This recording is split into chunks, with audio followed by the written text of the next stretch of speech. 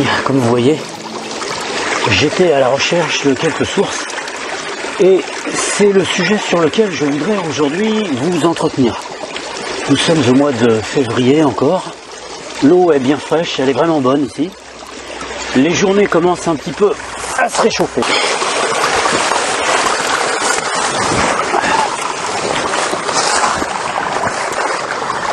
Bonjour à tous, c'est Philippe Guillouard de Trek Eco Survie Aventure.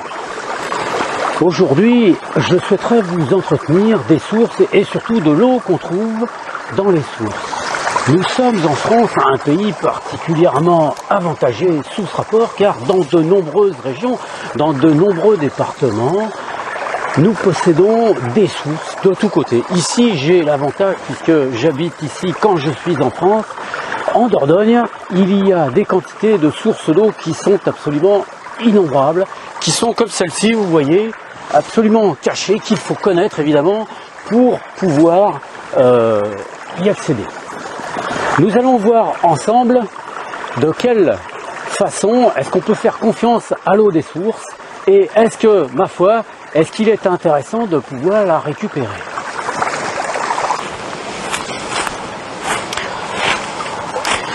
Me voici ici sur le site d'une source assez particulière parce qu'on l'appelle la fontaine des Trois Évêques. C'est une source qui est considérée comme sacrée. Elle fait partie d'un site mégalithique qui a eu pendant un certain temps une importance assez grande au XVIe siècle. Ceci pour vous dire que la plupart des sources qui jaillissent dans certains endroits étaient considérées comme une ressource très importante. Les sources d'eau étaient toujours considérées dans les temps anciens comme des points stratégiques, pas seulement pour pouvoir s'alimenter en eau, mais aussi parce que certaines sources avaient le pouvoir de guérir certaines maladies. C'est pour cela qu'on trouve d'ailleurs dans beaucoup d'endroits où il y a des sources, des petites chapelles ou des petites églises dans lesquelles certains miracles ont été opérés par le passé. Certaines sources d'eau sortent à même du sol, produisant des trous ou des mares remplis d'eau. Dans ces cas-là, l'eau jaillit à même du sol, à travers des trous, qui produisent à la surface de l'eau un bouillonnement caractéristique. Quand la source est suffisamment importante, elle est ensuite canalisée et dirigée dans des endroits afin d'être utilisée.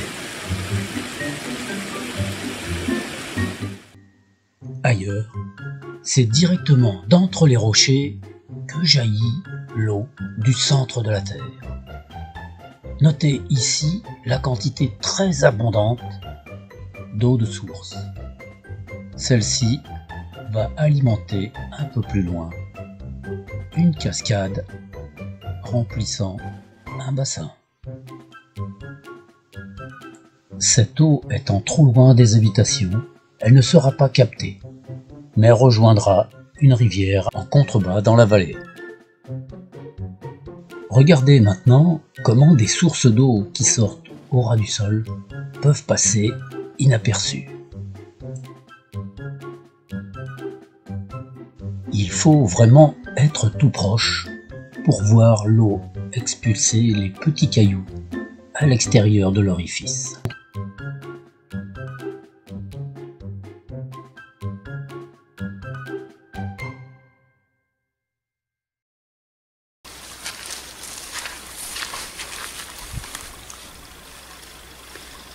Je suis maintenant dans un endroit où les sources d'eau affleurent le sol.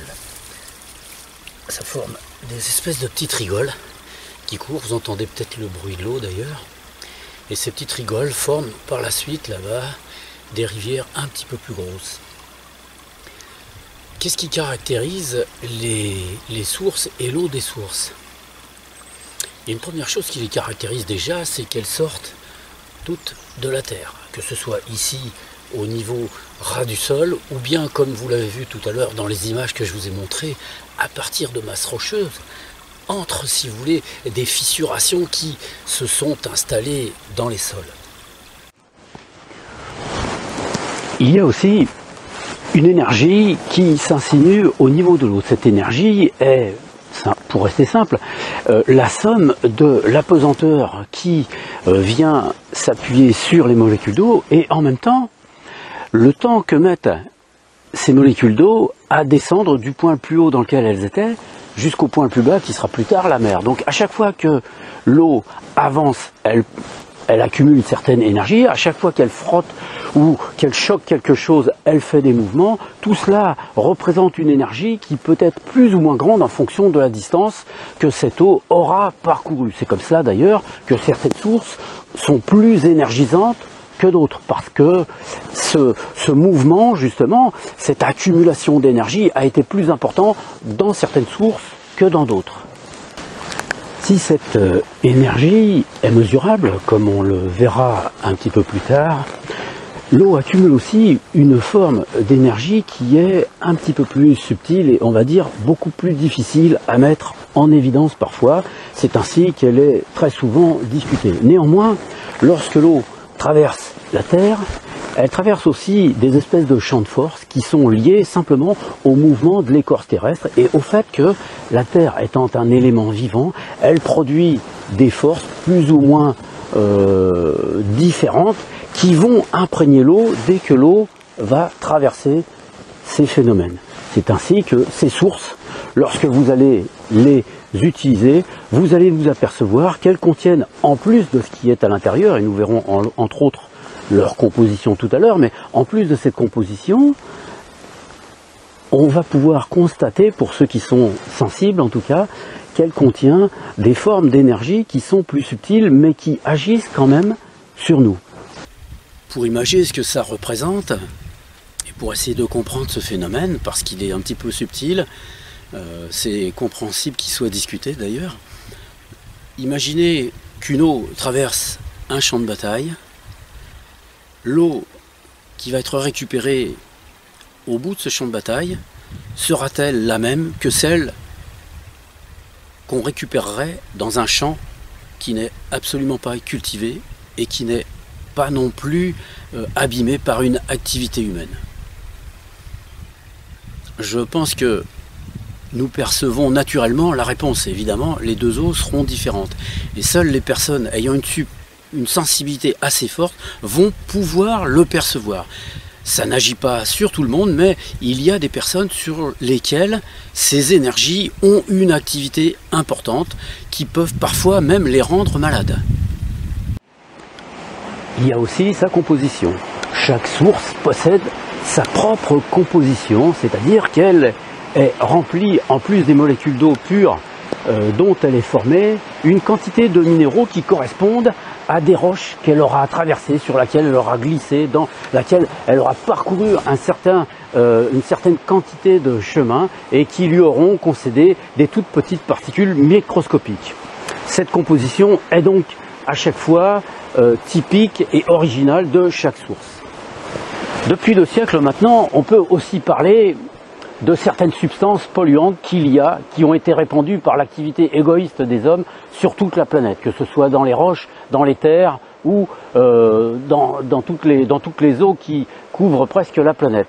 Il faudra donc aussi compter sur la composition des substances polluantes qui sont contenues dans les eaux de source éventuellement. Ce n'est pas le cas forcément de toutes les eaux de source, mais de certaines. Parfois la quantité pourra être très faible, mais dans d'autres cas, elle sera malheureusement assez importante, voire dangereuse.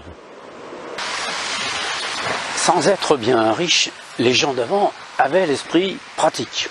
Ainsi, lorsqu'ils voyaient qu'une source ou que des sources étaient importantes en débit, ils avaient l'habitude de construire un lavoir. Ici, celui-ci a été restauré il y a quelques années. Le côté pratique du lavoir, évidemment, ça permettait de venir chercher de l'eau pour pouvoir s'alimenter plus facilement, mais aussi de pouvoir laver son linge. Et le linge qui est lavé dans une eau pure et courante comme celle-ci était systématiquement propre et immaculé. Évidemment, il ne faut pas mettre sous silence le fait que c'était des femmes qui le faisaient et qui le faisaient avec beaucoup de courage et de force.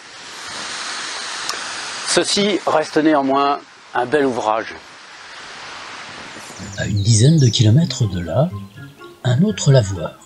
Celui-ci n'a pas encore été restauré.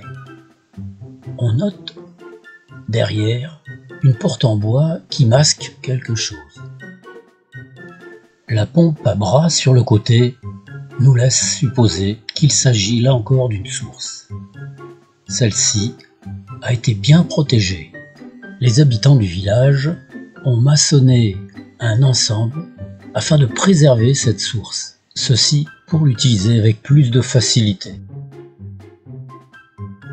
Nous sommes ici à peu près à 2 km à l'intérieur des bois.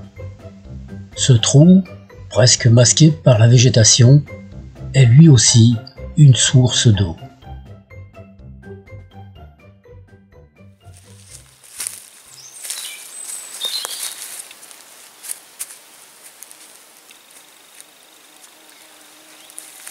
Et là, nous sommes dans une source dans les bois, à peu près 2 km de l'entrée du bois. Il s'agit ni plus ni moins pratiquement d'un trou. Alors évidemment maintenant assez peu de personnes doivent se servir de l'eau qui est à l'intérieur de cette source, mais il est certain que jadis, il y a peut-être un siècle de ça, les gens devaient y venir régulièrement parce qu'on voit qu'une partie du trou ici a été façonnée avec des pierres sèches. Et d'ailleurs, j'ai mis mon pied ici sur une des deux marches qui permet d'accéder à l'eau qui est à l'intérieur. Les gens d'avant portaient une importance assez grande à l'eau pour pouvoir évidemment les mettre en évidence et en favoriser l'accès.